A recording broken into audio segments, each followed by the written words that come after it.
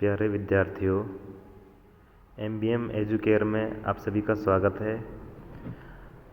आज मैं आपके लिए जो बीएड और जेबीटी या एसटीसी या डीएलएड इनके लिए जो लेसन प्लान होता है, दैनिक पाठ योजना होती है,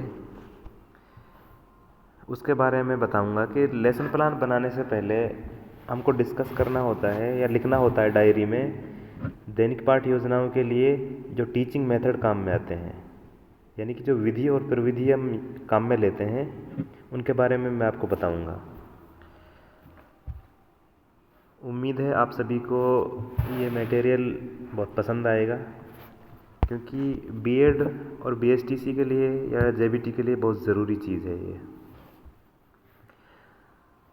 तो देखिए, ये आपकी डायरी का ही प्रारूप है। उसमें हम सबसे पहले बात करते हैं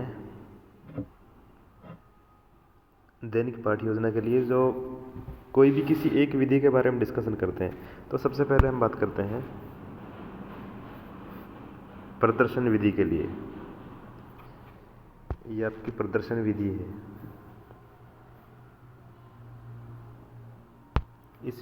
इस विधि में बताया जाता है कि कोई भी ऐसी घटना है जिसको हम दिखाकर,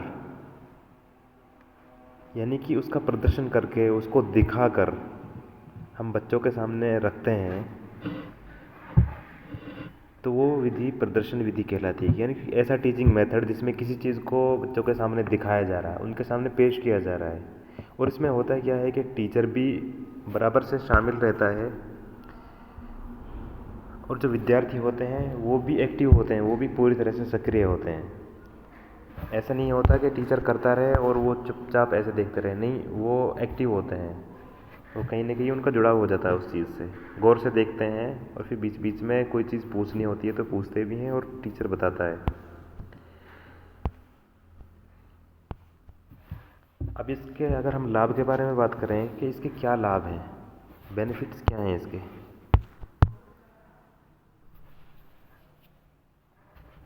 तो ये ऐसी विधि है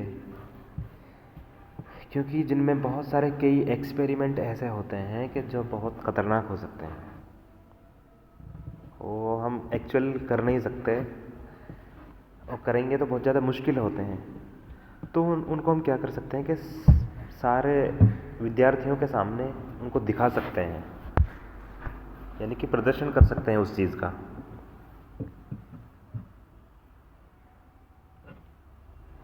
दूसरी बात, एक चीज़ ये है जो इसका बहुत बड़ा फ़ायदा है कि क्लास में बहुत सारे स्टूडेंट हैं, उन सभी को एक साथ हम वो चीज़ दिखा सकते हैं, बता सकते हैं।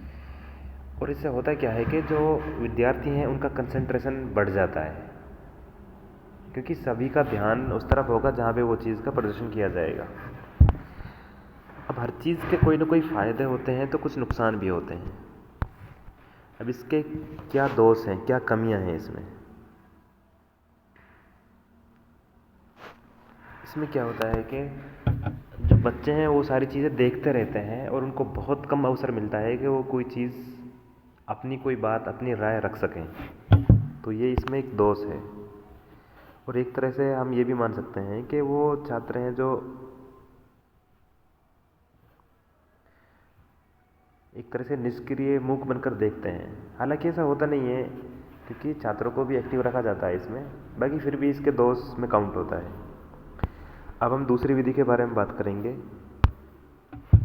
जो दूसरी विधि है, आगमन विधि। इस विधि के अंतर्गत क्या होता है कि जो कोई शिक्षक है, टीचर है,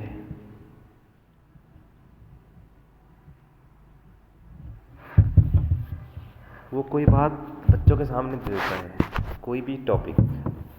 अब उस पर आपस में डिस्कशन करना शुरू हो जाता है।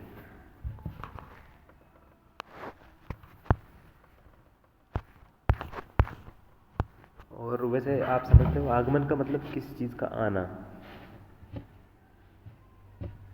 यानी कि हम एक जनरल डिस्कशन करने के बाद में किसी एक निचोड़ पे पहुंचते हैं, एक सामान्यीकरण पे पहुंच जाते हैं। अब इसके क्या गुण हैं, आप वो गुण देख लीजिए।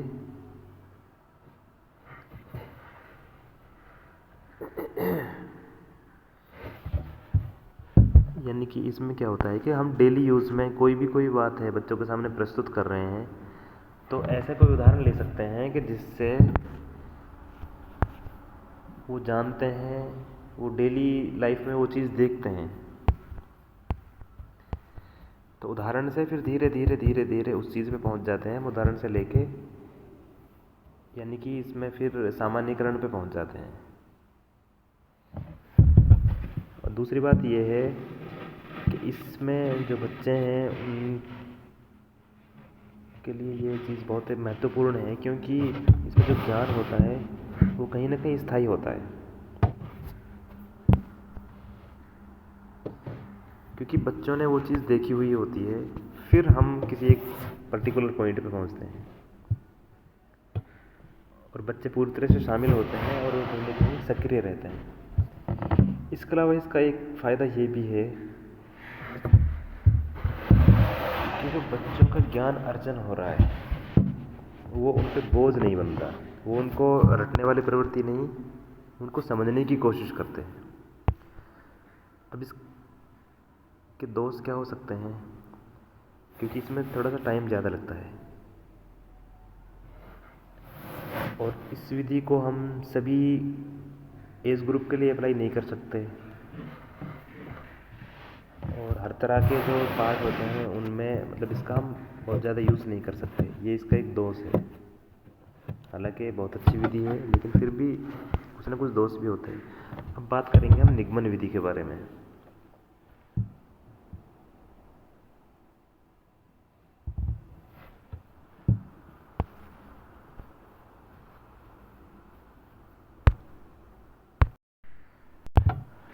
जब हम बात करते हैं निगमन विधि की, तो निगमन में क्या होता है कि इसमें कोई एक सिद्धांत हम बच्चों के सामने रखते हैं, यानी कि सामान्य से एक विशेष की तरफ जाते हैं, कोई सिद्धांत रखते हैं और उस सिद्धांत को बताने के बाद में फिर उनके उदाहरण पेश करते हैं।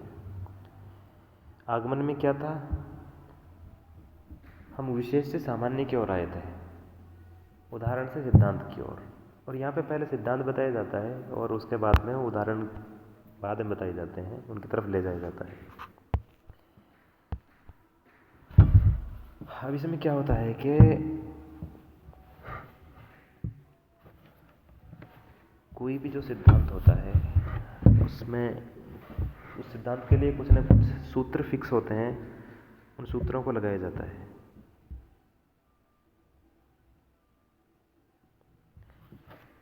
और बच्चों को सूत्र और नियम सीखने के लिए ये उपयोगी है।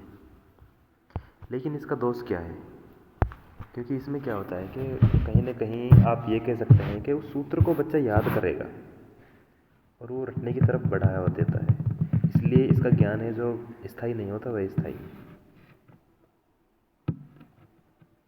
और दूसरी चीज़ ये है कि किसी भी सिद्धांत तक पहुंचने के लिए कैसे पहुंचे उस सिद्धांत पे, ये चीज़ इसमें नहीं सिखाई जाती, ये भी इसका एक दोष है।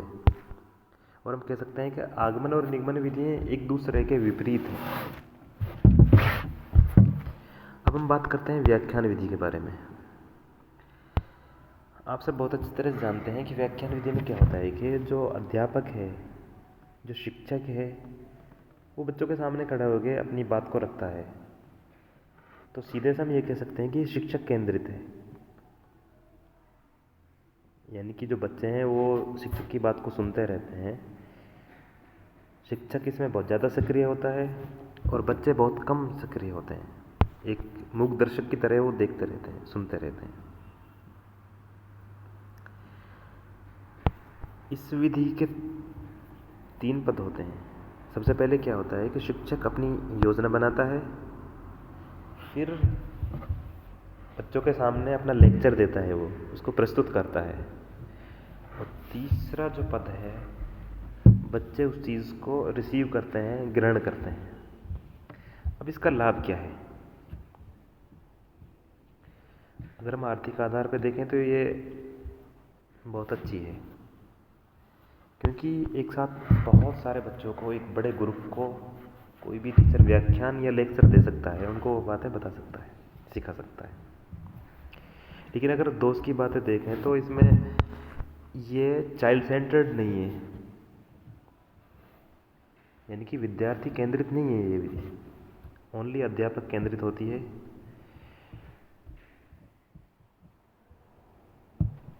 और इसलिए बहुत ज़्यादा मतलब छोटे बच्चों के लिए तो उपयोगी नहीं है, बड़े बच्चों के लिए तो काम आ सकती है। अब हम बात करते हैं प्रश्नोत्तर विधि की।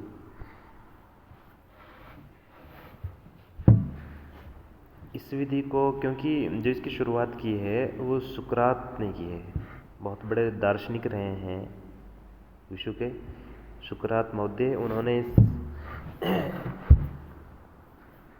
इस विधि की शुरुआत की थी। तो इसको हम सुकरात विधि भी कहते हैं।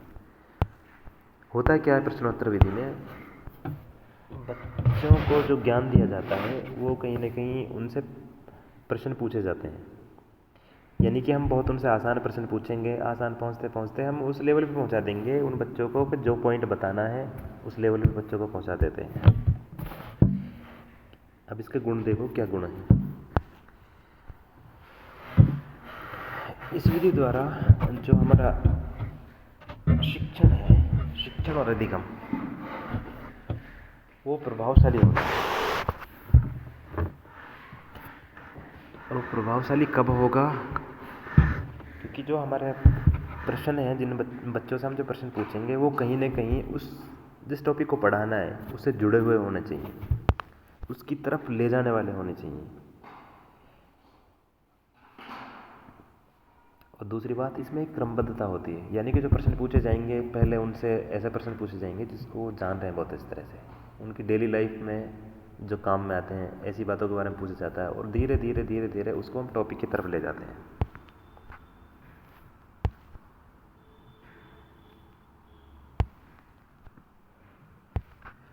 और इसमें अगर कोई कमी निकाले, क्योंकि कमी तो कहीं भी निकल जाती है, इसमें कमी ये है क्योंकि इसमें टाइम ज़्यादा लगता है। बच्चे तो शामिल रहते हैं, ऐसा नहीं बिल्कुल अध्यापक केंद्रित भी नहीं है, बच्चे भी शामिल होते हैं, बाकी इसमें थोड़ा टाइम ज़्यादा लगता है। ये विधियाँ थी जो लेसन प्लान में काम आती हैं, यानी कि जो दैनिक पाठ्य योजना है उसके लिए जो विधियाँ काम में आती हैं। और भी काफ़ी सारी विधियाँ हैं, लेकिन हमें यहाँ कुछ विधियों के बारे में बताना था। धन्यवाद।